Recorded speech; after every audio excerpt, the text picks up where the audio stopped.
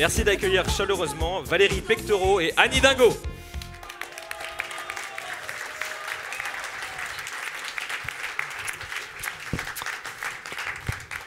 Mes chères concitoyennes, mes chers concitoyens, Mes chères franciliennes, mes chers franciliens, vous nous aviez manqué. Aujourd'hui, je ne suis pas Madame la Présidente de Région.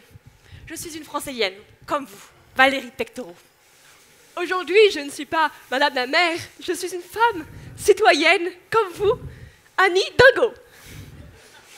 C'est une première en France, mes amis. Gauche, Et droite, nous nous sommes rassemblés pour défendre une cause commune, la convivialité dans les transports en commun. notre transport brûle. Et nous regardons ailleurs. Et pourtant, je suis comme tout le monde. Quand je prends le RER, je regarde mon portable sans un regard ni un bonjour pour mon voisin.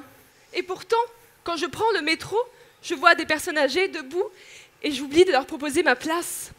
Et pourtant, quand je suis dans le tramway, je détourne mon regard gêné de la personne mendiant son repas. Et pourquoi? Parce que nous courons. Et pourquoi nous courons? Pour gagner du temps. Et pourquoi gagner du temps? Pour optimiser le temps de travail et vie sociale, familiale.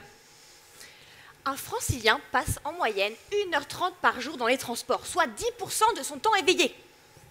Et une étude IFOP montrerait qu'un tiers de la population française souffrirait de solitude.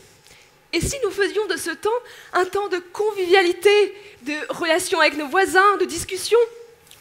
Nous avons donc demandé à une maîtrise d'œuvre de répondre à cette problématique.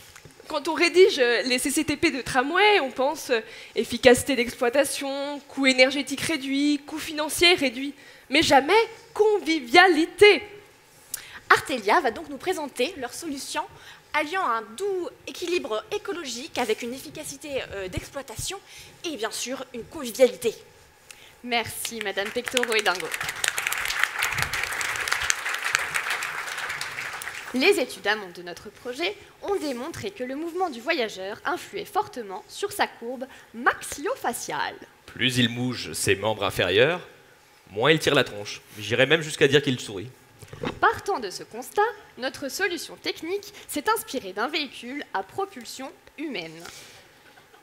La force motrice est fournie par un conducteur qui, le plus souvent en position assise, entraîne une roue par l'intermédiaire de deux pédales. Je suis la bicyclette, plus communément appelée vélo. Le vélo qui nous offre tant de possibilités de transport et de voyage. Oui, mais voilà, le vélo, quand il pleut et quand il fait froid, ça n'a plus le même effet sur le moral. Notre courbe maxillofaciale en prend un sacré coup. Alors, il n'y a plus qu'à combiner avec ce qu'on sait faire de mieux. Du transport ferroviaire. Dites bonjour au vélo-tram, au vélo-métro, et pourquoi pas au vélo-train. Pour ne plus perdre les pédales, on adapte la rame à un nombre raisonnable de voyageurs. 20 personnes qui pédalent à bord pour faire avancer le tram sur sa plateforme dédiée. Le pédalage a une activité où on va ressentir les bénéfices immédiats d'un point de vue convivialité. Et je ne citerai pas la médocaine, car les effets du vin n'y sont pas pour rien. Vous avez déjà vu des gens tirer la tronche sur un pédalo? Non. Eh bien là, c'est pareil. Le vélo-tram est un lieu de rencontre. Pourquoi ne pas sympathiser et apprendre à se connaître? Ah, mais je sais. Le coût d'exploitation. De nos jours, les gens connaissent le prix de tout, mais ils ne savent la valeur de rien. Le coût de l'absence de convivialité existe. Le trafic habituel est sans cesse perturbé par des bagages oubliés.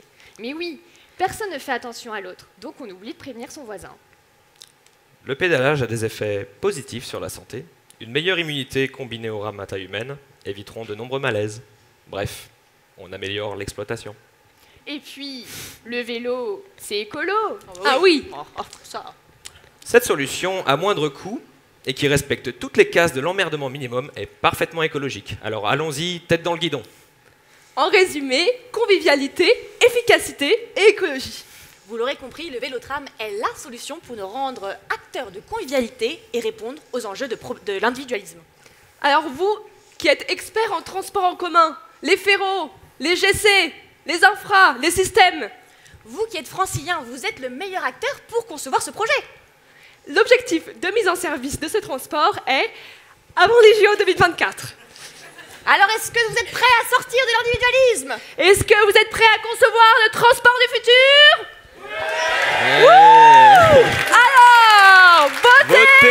Vélotram.